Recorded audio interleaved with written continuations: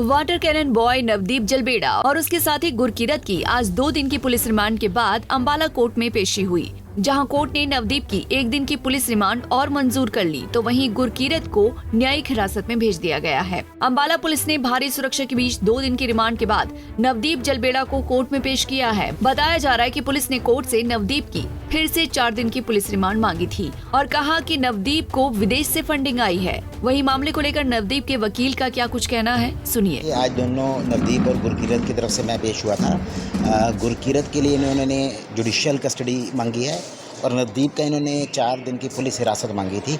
और इन्होंने जो ग्राउंड बनाया था वो ये था कि कुछ लोग उन्होंने और नए नाम दिए कि उनको गिरफ्तार करना है हमने जगह जगह जाके, राजस्थान के अलग अलग शहरों में जाके, तो इसकी ज़रूरत रहेगी। दूसरा उन्होंने कहा कि गुलेल को भी हिमाचल से रिकवर करना है, ऊना से। और तीसरा इन्होंने कहा था कि शायद कोई विदेश से फंडिंग आई है, उसके बारे में मतलब हमें शक है कि विदेश से फंडिंग आई है, उसके बारे में पता करना है। और इसके बाद कहते हैं कि जो गाड़ी है फॉर्चूनर, उसकी आरसी बरामद करनी है चंडीगढ़ से। बड़े अजीब से इनके तर्क थे, लेकिन कोर्ट ने 1 दिन के पुलिस रिमांड दिया है। हमने कोर्ट को ये बताया कि इन्होंने जितनी भी जगह कहा था कि हमने लेके जाना है, उनमें वहाँ ये लेके नहीं गए। जैसे कि इन्होंने इस ग्राउंड पे मांगा था कि हमने मोगा लेके जाना है, और कहाँ पे हाँ राजस्थान मोगा की कोई डीडीआर नहीं है। और विदेश अच्छा, फिर हमने ये भी कहा कि ये बात कर रहे हैं कि जी विदेश से फंडिंग है, तो इन्होंने कोई, इनके पास 1-1.5 महीना हो गया एफआईआर दर्ज हुई है, कोई ऐसा सबूत कहाँ है कि विदेश से फंडिंग हुई है।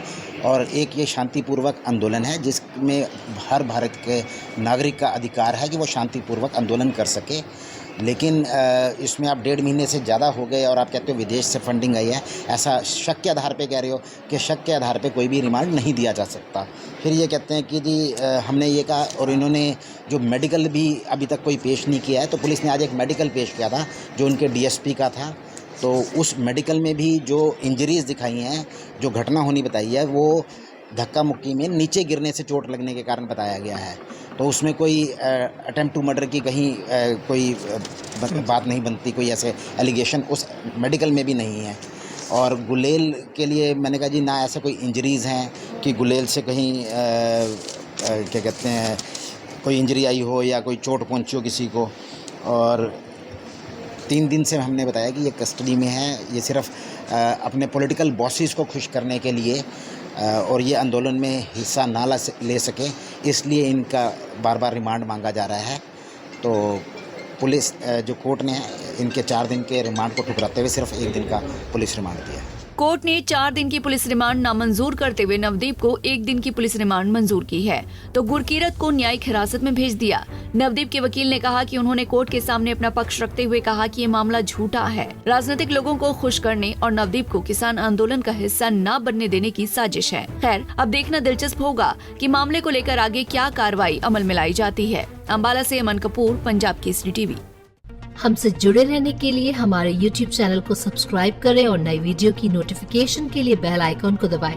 अगर आप ये वीडियो Facebook पर देख रहे हैं तो लाइक जरूर करें और ज्यादा से ज्यादा शेयर करें। धन्यवाद।